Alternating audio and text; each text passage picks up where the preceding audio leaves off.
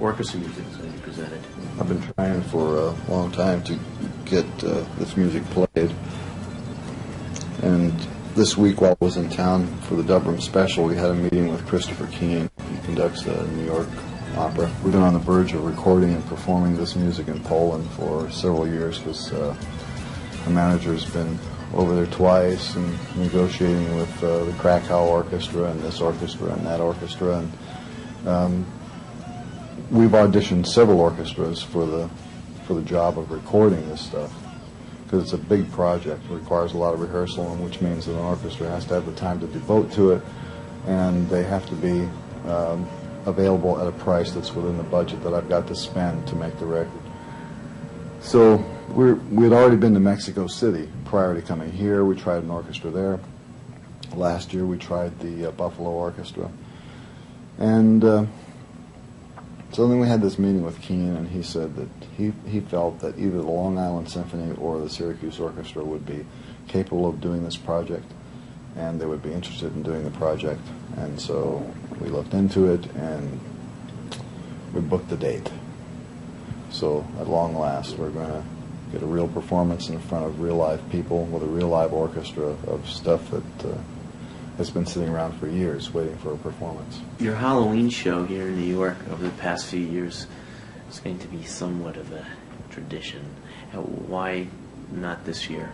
Well, that's easy to answer, because last year when we worked there, we got ripped off by the Stagehands Union, and I refused to go back to the Palladium until the Stagehands Union decides that they're going to do business in an honest way. For years, we were kind of the mainstay of their business there because we would come in and play like 6 shows, 7 shows, and they would make plenty of money for being stagehands. But last year, when we did this MTV simulcast, the ripoff went like this. They charged $6,000 to MTV for stagehand bills. For what? I don't know. For one show? For the Halloween night show. Mm-hmm. Yeah. Then they charged $6,000 to Starfleet Radio for stagehand bills. I don't know. What do they do? Lift twice as many things? Then they charged me $6,000 because I had my recording truck there. They gave me back $2,000. It's not enough. In the case of what happened at the Palladium, most of the moving of the equipment and stuff was being done by a crew that I brought in that I already had to pay for. Not only did I have to pay their salaries, I had to pay their housing and their food and their transportation, so I've already paid. And it's preposterous to have to do business that way. I mean, when unions keep raising their prices like that in terms of what happens in entertainment industries, like right now, stagehands make more money than classical musicians in New York. And they have benefits that go beyond what a musician will get for playing a concert. A guy can study for 20, 30 years on his instrument to get to be a classical musician, and he makes less money than the guy who cares not and pushes a chair around. Okay? Now, I don't know whether this is because the musicians don't have as strong a union as the guys who push the chair around, but it's not fair. And I think that people should be aware of that, and they should fight it. It's just not fair. Some places in Europe it's much worse. Not from the union standpoint, but from the kind of halls you have to work in. And we have definitely seen them all.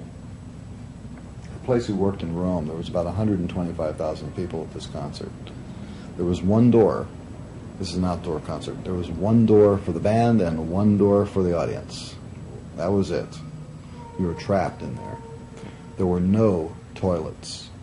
There was no running water. For the crew, which was about 25 or 30 guys, to clean up after setting up this equipment in the middle of this place, which was an old slaughterhouse yard. They had like 5-gallon cans of water for them to wash their hands. One guy would hold the can. It was like going back to the Stone Age. Wait a minute. I'm now going to... What, this? Yes. I invented it. Works like a motherfucker, too. You kidding me? Listen to the fidelity of your voice, the way you just speak into it softly, It's picking you up. It's getting your aura. Hello in here, hello.